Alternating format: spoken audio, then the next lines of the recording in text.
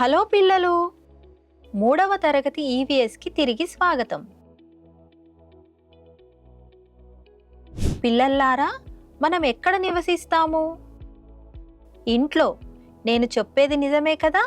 మనల్ని సురక్షితంగా ఉంచే ఇంట్లో మనం అందరం నివసిస్తాము. మనలాగే జంతువులకు కూడా నివసించటానికి ఒక స్థలం అవసరం. ఆ స్థలాన్ని నివాసం అంటారు.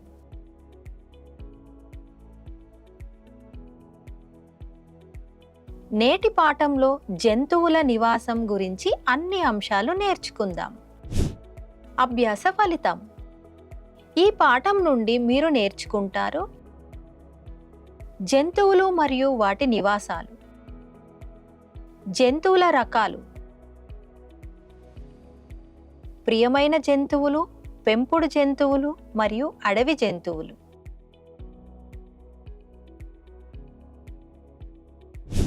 ముందుగా మైండ్ మ్యాప్ని చూడండి. జంతువుల రకాలు: ప్రియమైన జంతువులు, పెంపుడు జంతువులు,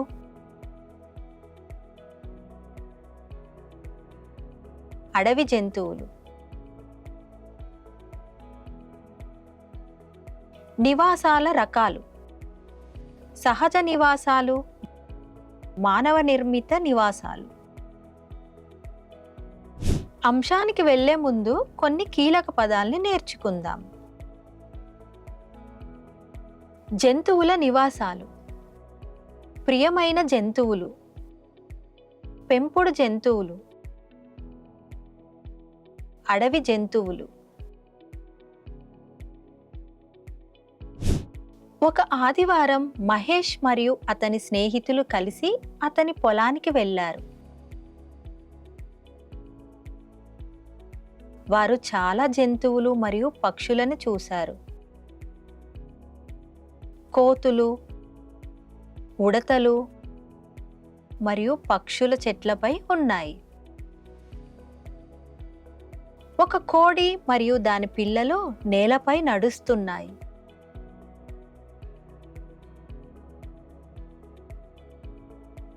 ఒక కొంగ మరియు ఒక పాము చెరువు దగ్గర ఉన్నాయి.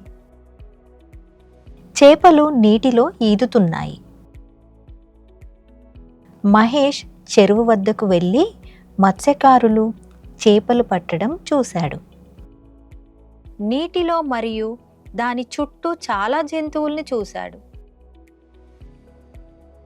కొలనులోని చేపలు, కప్పలు, తాబేళ్లు, పాములు, పీతలు మరియు ముసళ్ళ వంటి జంతువులను చూడటానికి రావాలని అతను తన స్నేహితులను పిలిచాడు. పిల్లలు చాలా ఉత్సాహంగా ఉన్నారు. జంతువులు ఎక్కడ నివసిస్తాయో వారు తెలుసుకోవాలనుకున్నారు. జంతువులు వేరువేరు నివాసాల్లో నివసిస్తాయి. నివాసాలు జంతువులను వీటి నుండి రక్షిస్తాయి. తీవ్రమైన ఎండ, వర్షం, చల్లని వాతావరణం, ఇతర అడవి జంతువులు.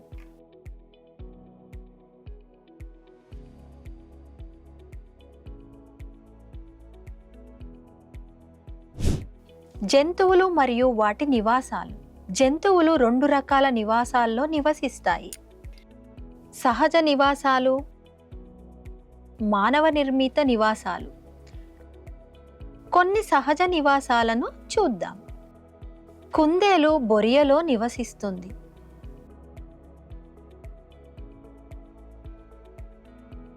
పాము పుట్టలో నివసిస్తుంది. పక్షి చెట్టుపై గూడు కట్టుకుంటుంది. సింహం గుహలో నివసిస్తుంది. చేప నీటిలో నివసిస్తుంది. కొన్ని మానవ నిర్మిత నివాసాలను చూద్దాం. కుక్క కెనల్లో నివసిస్తుంది. ఆవు కొట్టంలో నివసిస్తుంది. గుర్రం గుర్రపు శాల నందు నివసిస్తుంది. కోడి గూటిలో నివసిస్తుంది. చేప ఇంటిలోని ఎక్వేరియంలో కూడా నివసించగలదు.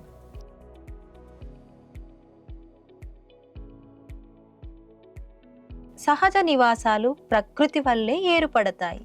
మానవ నిర్మిత నివాసాలు మనుషుల చేత నిర్మించబడతాయి. ఈ నివాసాలు జంతువులను సురక్షితంగా మరియు సౌకర్యవంతంగా ఉంచుతాయి. కార్యాచరణ సమయం. జంతువులను వాటి నివాసాలకు సరిపోల్చుకుందాం.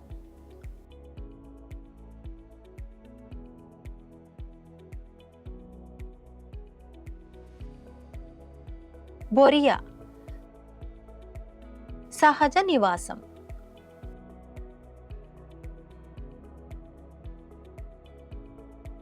కుక్కల ఇల్లు మానవ నిర్మిత నివాసం.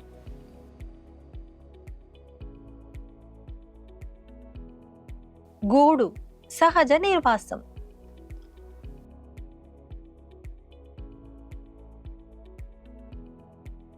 కొట్టం మానవ నిర్మిత నివాసం.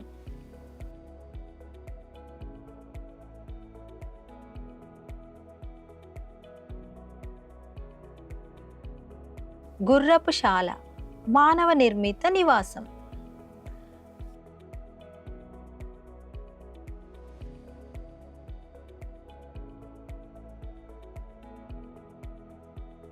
బాగా చెప్పారు.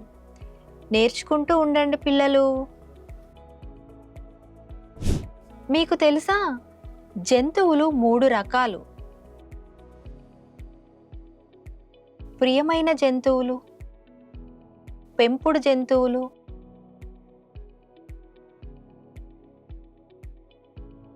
మరియు అడవి జంతువులు.